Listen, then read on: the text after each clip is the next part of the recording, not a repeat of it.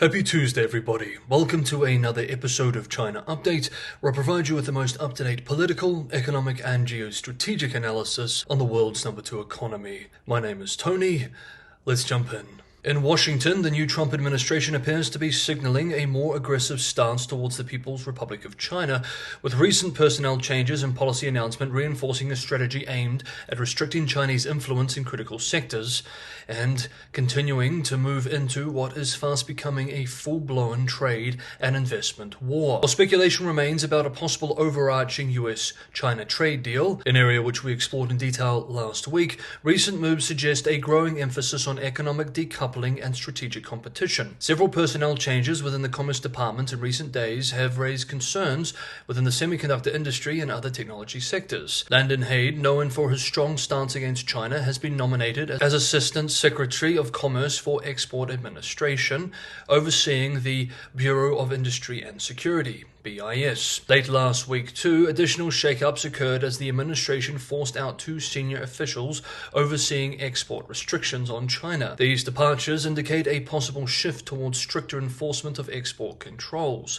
a move likely to unsettle US technology firms reliant on Chinese supply chains. Over the weekend, too, the White House issued the America First Investment Policy Memorandum, highlighting concerns over Chinese investment in US critical infrastructure, technology, and strategic resources. The memorandum argues that China systematically exploits US capital markets to fund its military and intelligence advancements, calling for measures to curb PRC-affiliated investment. Among key provisions include 1. Restrictions on US investment in PRC-linked firms, especially in critical technology and infrastructure sectors. 2. A proposed fast-track process for allied investment in U.S. strategic industries, ensuring that friendly nations gain preferential access. 3. A review of the 1984 U.S.-China Income Tax Treaty, which the administration claims has contributed to U.S. deindustrialization and the strengthening of China's military-industrial complex. And 4. Consideration of bans on variable interest entity (VIE) structures, which would force PRC firms to delist from U.S. exchanges if deemed non-compliant with transparency requirements. Meanwhile, the Office of the United States Trade Representative (USTR) has intensified scrutiny of China's maritime, logistics, and shipbuilding industries. Over the weekend saw a proposed Section 301 investigation, which could result in new port fees of up to $1.5 million per port call for ships built in China, along with penalties for fleet operators using PRC-built vessels.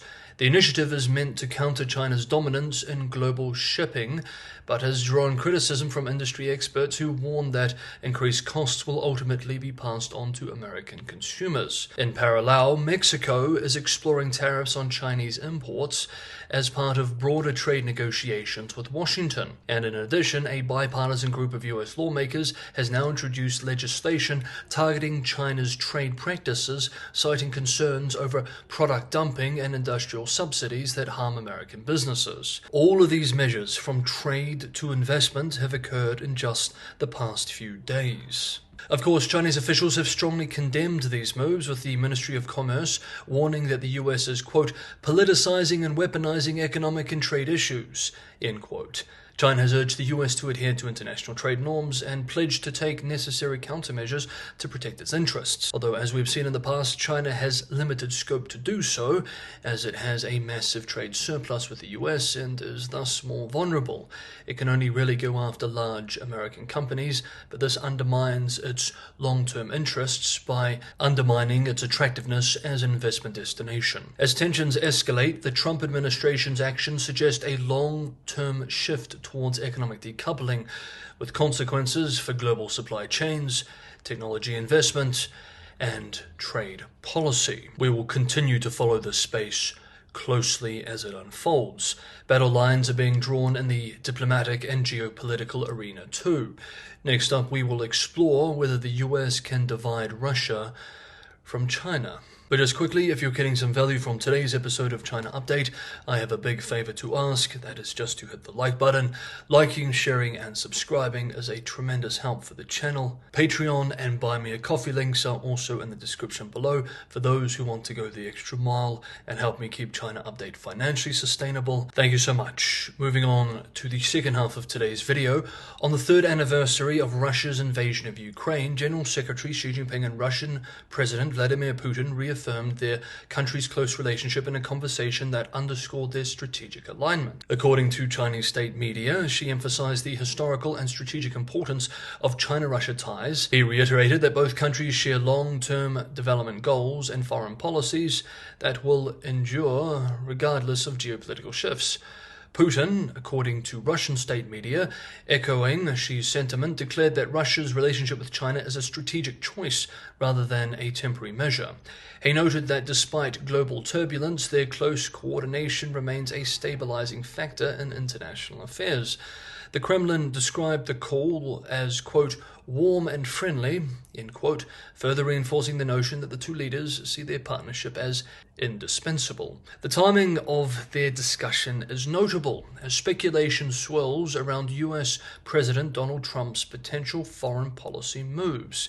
Some analysts have suggested that Trump may attempt a so-called reverse Nixon strategy, drawing Russia away from China to counterbalance Beijing's influence. The initial reaction from China analysts has been that this approach is unlikely to succeed.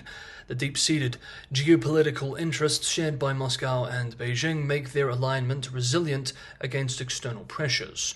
Veteran China analyst, in an especially biting criticism of the current US administration, sardonically observed today, quote, odds are not low that they, Putin and Xi, are playing Trump and his team for morons. Odds also not low that Xi has asked Putin how he was able to get the US president and some of his team to regurgitate Russia's positions and propaganda so effectively.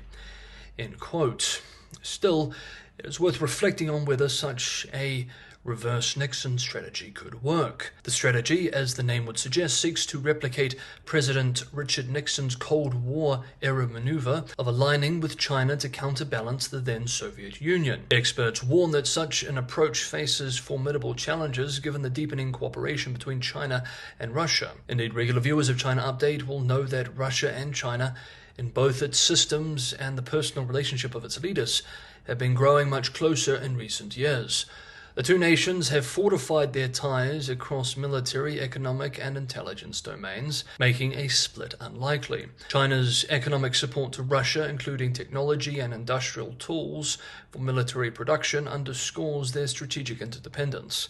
Meanwhile, Moscow's war in Ukraine has only solidified its reliance on Beijing, as Western sanctions drive Russia further into China's economic orbit. Trump's pivot toward Russia has already rattled Washington's European allies. By downplaying support for Ukraine and echoing what many in Europe consider Russian propaganda, his administration risks alienating NATO partners and undermining transatlantic unity. Critics argue that the shift not only emboldens Putin, but also weakens US credibility with other Asian allies who may question Washington's commitment to countering China's regional ambitions on the other side of the world. On the flip side, Russia is culturally closer to Europe, it can be argued, and economically was more integrated than with China.